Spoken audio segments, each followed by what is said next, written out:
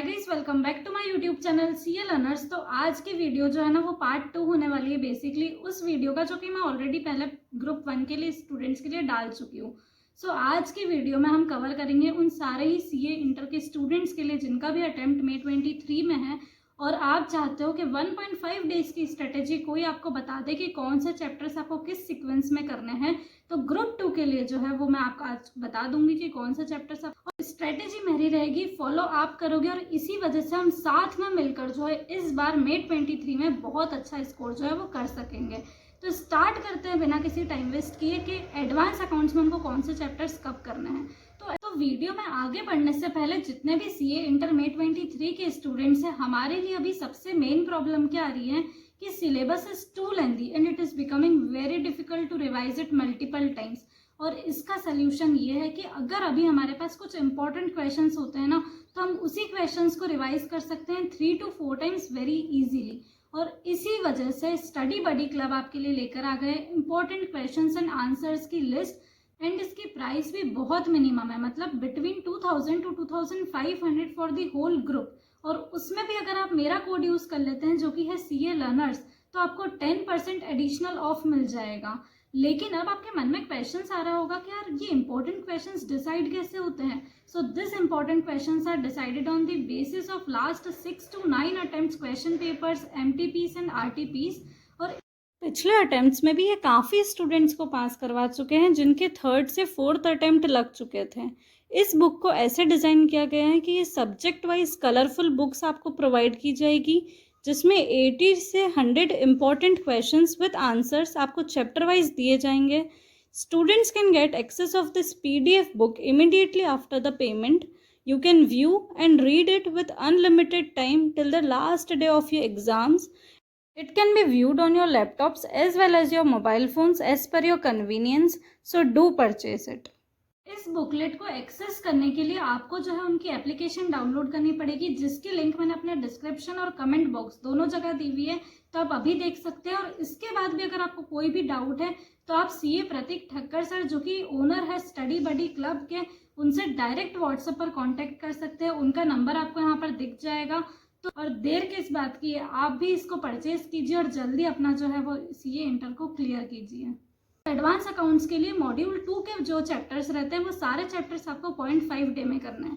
ये उतने ट्रिकी भी नहीं रहते और साथ ही में बहुत इंपॉर्टेंट है, बहुत ही ज़्यादा मार्क्स कवरिंग है। 25 to 30 मार्क्स आप आसानी से इधर स्कोर कर सकते हो। वो कौन से चैप्टर्स रहते हैं? बाईबैक वाला चैप्टर हो गया, ईसॉप वाला चैप्टर हो गया, amalgamation of companies, internal reconstruction, liquidation of companies और शेड्यूल 3। ये सारे चैप्टर्स आपको 0.5 डे में कवर करने हैं। उसके बाद जो पूरा दिन आपको मिलता है उसमें आपको स्टार्टिंग मतलब जो लेंथी और ट्रिकी चैप्टर्स मैंने बोले थे वो कौन से रहते हैं, तो वो ये चैप्टर्स रहेंगे।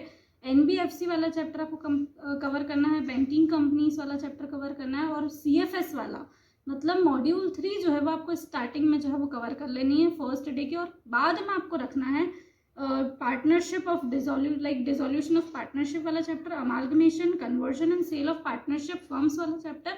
और बचे कौन से चैप्टर्स? तो इंडेज हमारे पास बचे हैं। ये लास्ट प्रायोरिटी नहीं है, ये सी प्रायोरिटी वाला चैप्टर नहीं है। इंडेज जो भी रहते हैं, पर ये वो चैप्टर्स रहते हैं सारे जो कि बहुत ही कम हम करते हैं, बहुत ही कम मेहनत में हमको बहुत ज़्यादा स्कोर करने वाले जो चैप्टर्स रहते हैं ना, वो सारे इंडेज रहते हैं। वो कि इसमें से ऐसा देखा गया है कि मॉड्यूल के एज इट इज क्वेश्चन जो है ना वो इंडेज हमेशा उसमें से ही आते हैं, इंडेज में से आते हैं। और एडवांस अकाउंट्स में ऐसा है ना कि जितनी आप प्रैक्टिस करोगे उतना अच्छा रहेगा। और जो हमको 0.5 डे मिलता है बिफोर एग्जाम, मतलब जैसे आज एग्जाम है तो हमको जो ऊपर वाला दिन मिलता है इसके, उस दिन आपको बस रिवीजन के लिए टाइम रखना है और कुछ भी नहीं करना है। आपको जो भी आपने फॉर्मूलेस वगैरह कर रहे हैं, जो अभी आपने मिस्टेक्स अपनी मार्क करके रखी है, बस उनका आपको रिविजन करना है। अब हम नेक्स्ट देखते हैं कि हमको ऑडिट में कैसे क्या करना रहेगा। तो जो 0.5 डे आपको मिलता है ऑडिट में, उसमें आपको मॉड्यूल 2 वाले जो जितने भी चैप्टर्स रहते हैं वो करना है। वो चैप्टर्स रहते हैं चैप्टर 9 से लेकर चैप्टर 13, मतलब audit of items of financial statements, company audit, audit report, audit of banks, audit of different type of entities. Believe me, अगर आपने ये सारे चैप्टर्स 0.5 डे में कर लिए ना, आपका बहुत सारा बर्डन तो यहाँ पर ही कम हो जाएगा। आप बहुत कम मेहनत कर यहाँ पर बहुत अच्छा जो है इन चैप्टर्स में स्कोर कर सकते हो। और इस चैप्टर में भी सीक्वेंस में अगर आपको लेना हो ना, तो आप ऑडिट रिपोर्ट, फिर कंपनी ऑडिट, फिर ऑडिट ऑफ बैंक्स और फिर बाकी दोनों चैप्टर्स को रखना, ठीक है। अब जो पूरा दिन मिलता है उसमें आपको सबसे पहले स्टार्टिंग प्रायोरिटी पे रखना है हमारे मॉड्यूल 1 के चैप्टर्स। और उसमें भी कौन सा चैप्टर रखोगे आप?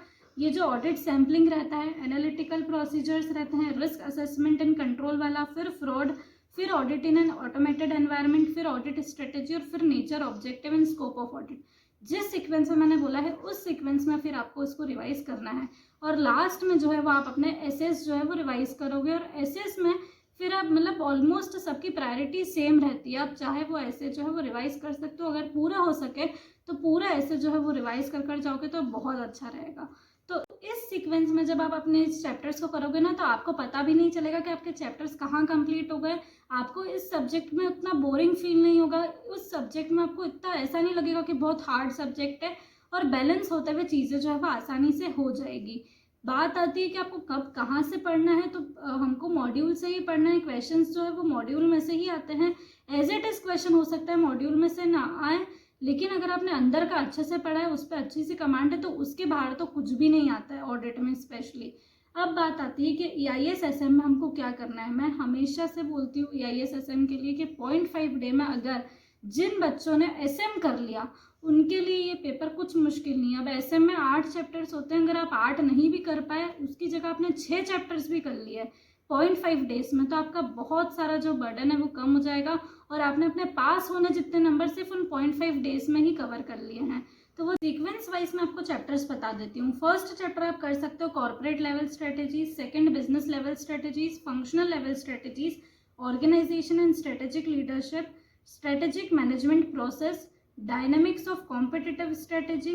और फिर जो है बाद में आप करना ये 2 चैप्टर्स जो लाइक मैंने बोले थे ना कि ये आप अगले दिन करोगे तो भी चलेगा, तो वो चैप्टर से इंट्रोडक्शन टू स्ट्रेटेजिक मैनेजमेंट और स्ट्रेटेजी इम्प्लीमेंटेशन एंड कंट्रोल। ये 2 चैप्टर्स आपको अगले दिन करने हैं। अगले दिन कब? स्टार्टिंग में नहीं करने हैं, डे एंड पर आपको ये दोनों चैप्टर्स जो है वो करने हैं। बीच में आपको EIS के मैक्सिमम चैप्टर्स कवर करने की कोशिश करनी है, लेकिन उस डे के एंड पर जो लास्ट स्लॉट रहेगा वो आपको फिक्स्ड ये SM के 2 चैप्टर्स करने ही है। मतलब SM के 8 चैप्टर्स हम एग्जाम में करके जाएंगे ही जाएंगे, इसमें से एक भी नहीं छोड़ेंगे। EIS में 5 चैप्टर्स का रिवीजन करना थोड़ा सा मुश्किल हो जाता है, लेकिन जिन लोगों ने ऑलरेडी एक अच्छे से पहले रिवीजन कर रखा है उनके लिए तो अच्छा रहेगा।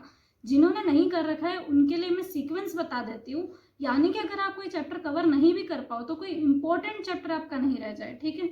तो फर्स्ट सीक्वेंस जो आपको स्टार्टिंग में लेनी है लाइक उस डे में, वो रहेगी information systems and its component वाला चैप्टर, फिर e-commerce, m-commerce and emerging technologies, core banking system, फिर फाइनेंशियल एंड अकाउंटिंग सिस्टम्स, और फिर ऑटोमेटेड बिजनेस प्रोसेसेस वाला चैप्टर। तो इस सीक्वेंस में आप EIS के चैप्टर्स कवर कर सकते हो। इस पेपर में बहुत सारे बच्चे स्कोर नहीं कर पाते हैं अच्छा, उसका कारण ये रहता है कि वो EIS पर ज़्यादा फोकस करते हैं, SM पर वो उतनी अच्छी सी कमांड नहीं बनाते हैं। हमको ये गलती नहीं करनी है, हमको SM पर उतनी अच्छे से कमांड बनानी है कि हम पास एटलीस्ट पूरा SM से ही हो जाए, और जो EIS है वो हमको बोनस लाने में फिर मदद कर सके, ठीक है।